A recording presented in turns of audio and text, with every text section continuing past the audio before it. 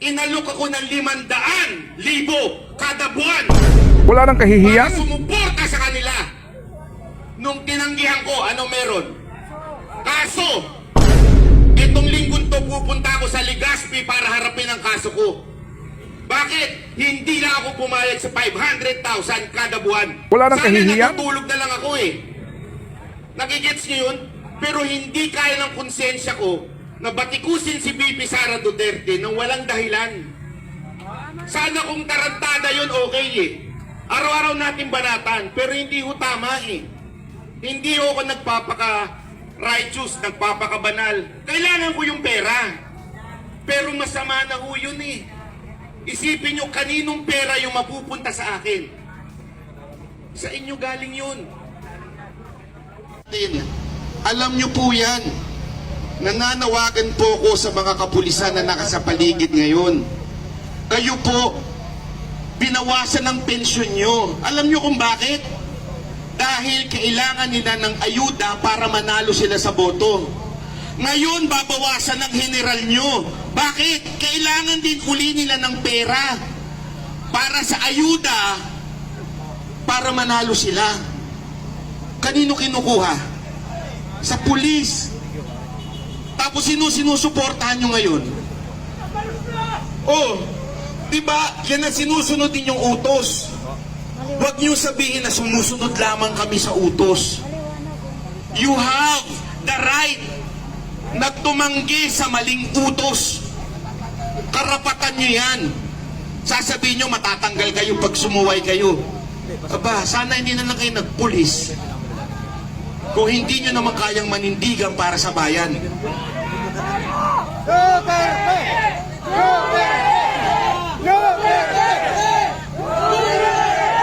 Mga kababayan, isang paalala lamang po sa atin lahat. Sana po ay magawin natin itong mapayapa. Kasi yun po ang kahilingan ng ating Pangulong Duterte. Mapayapa at legal na paraan. Ulitin ko, Tore, ha? Legal na paraan. Tangin na demanda ka na naman sa akin dyan eh. Legal na paraan. Matahimik. Legal na paraan. Ulitin ko ha. Kasuhan mo na naman ako sedition dito. Legal na paraan. Ano po yun? Manawagan tayo. Manawagan tayo na sa mga kasundaluhan natin at kapulisan natin. Tayuan ninyo ang konstitusyon. Yun lamang po yun. Tayuan ninyo ang konstitusyon. Ano nakalagay doon? Nanggagaling ang tunay na kapangyarihan sa taong bayan. Pag inaapi na ang taong bayan, ipagtanggol nyo naman kami. Yun lamang po yun, mga kapulisan, mga sundalo. Pag inaapi na po kami, karapatan ninyo ay pagtanggol ang bawat Pilipino. Kailan ba? Pag ubos na pera natin, bayan na to? Ubos na eh. Wala na nga panggawa eh. Kaya nga pinalitan na yung build ng build better more. Bakit?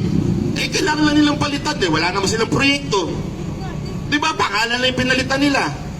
Lahat wala na. Ngayon, naghahanap. Tingnan mo, bakit nagkaloko-loko ang disaster natin?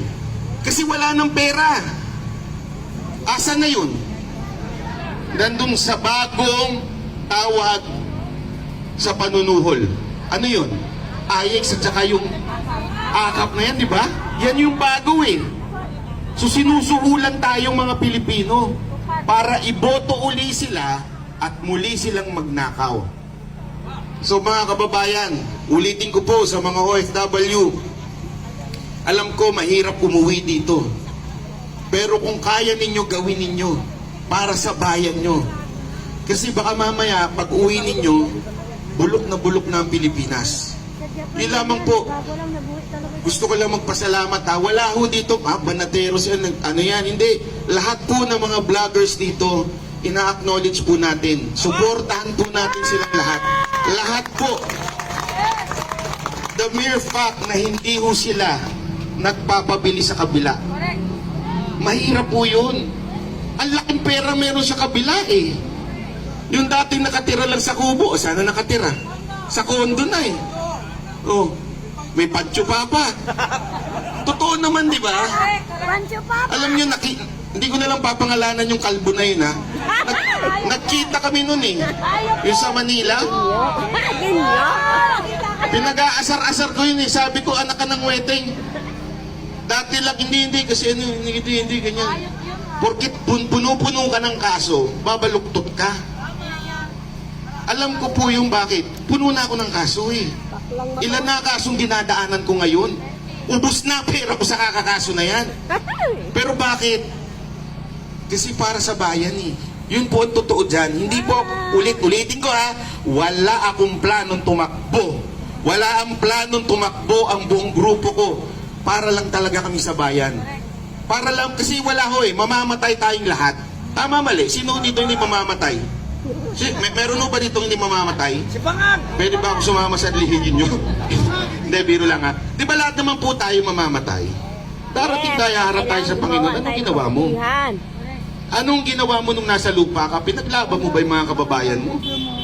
Sino ho dito ang namili ng bansa nung pinanganak? Sige ho, meron ho ba dito? Nung nasa tiyan kayo, sinabi nyo sa nanay nyo, ayoko dito sa Pilipinas, gusto ko sa Japan. Wala, di ba? Lahat tayo, wala hong choice. Pinanganak tayo sa Pilipinas. May dahilan yan. Upang mahalin mo ang bayan mo. Hindi disgrasya na pinanganak ka sa Pilipinas. Pinanganak ka sa Pilipinas upang ipaglaban mo ang Pilipinas. Masarap pumunta sa ibang bansa. Sino ang nagpupunta dito sa ibang bansa? Di ba ang sarap? Yung iba sa inyo nakapagtrabaho sa ibang bansa. Pero hanggang gano'n na lang ba tayo? Hanggang gano'n na lang ba tayo na every December nangangarap tayo pumunta sa Japan, pumunta sa ibang bansa? Kasi bakit? Ang ganda ng bayan nila, eh. Hanggang gano'n na lang ba tayo? Hindi ba tayo mangangarap na someday, sana yung bayan natin katulad ng Japan, katulad ng Korea, Singapore, di ba? KOJC. Pero po, totoo naman yun, napakaganda mo sa loob ng KOJC. Eh, sana po, ganun lang, ipaglaban po natin. Okay? Tuloy-tuloy lamang po tayo dito, ha, sa mga kababayan nating nanonood dyan. Walang uwi! Walang uwi at pumunta kayo dito. Pumunta kayo dito. Huwag nyo nang antayin na manawagan pa ang mga vloggers sa inyo. Pumunta na kayo dito, sumaglit kayo dito. Huwag nyo nang antayin na manawagan pa si VP Sara Duterte o si Pangulong Duterte. Dahil ang balita ko ay pupunta rin yun. Ang bali-balita lang naman. Hindi ko pa naman sinasabing totoo yun. Pero sana ho pumunta po tayo. Ipahayag lang natin na mga congressman, ang kapangyarihan nyo nanggagaling sa mga Pilipino. Yun lang. Ang kapangyarihan nyo ay galing sa amin. So parang awa na, tama na yung pagnanakaw nyo. Tama na. Parang awa nyo, tama na. Ubus na ang pera ng Pilipinas. Kailan pa kayo tatayo? Pag kumakain na kayo ng bubog? Hindi, o tanong ko sa'yo, kailan pa ho kayo babangon? Yun, ang tanong dyan, kailan pa kayo babangon? Pag wala na, walang-wala na tayo?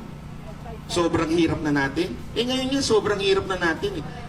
Alam mo yung ganda nung sinabi ni VP Sara Duterte. Di ba tinanong siya kung mananawagan siya? Ang sabi niya, mahirap kasi ngayon lumabas kung mga tao dahil naghihirap. Tama siya na mali. Tama siya na naghihirap talaga ang Pilipinas. Pero sa akin, habang naghihirap tayo, mas may dahilan pa nga tayong lumabas, eh. Para ipakita natin, tama na pagnanakaw nyo, kawawa naman na kami. Ubus na pera ng bayan natin. Di ba? Anong itsura ng Pilipinas ngayon? Puro hukay, puro traffic, kurap na mga enforcer. Di ba kayo nahihiya nun? Araw-araw may nahuhuli na opisyal ng gobyerno, ha? Naka-7 pa, dadaan ng busway, magpapalusot. Kamag-anak naman yun. Ano ba? Hanggang ganun na lang ba talaga tayo? Masaya na po ba tayo sa ganun? Kung hindi, pumunta ka na dito, ipahayag mo na yan. Yun lamang po. Maraming salamat po. Ako po si Banat Bay.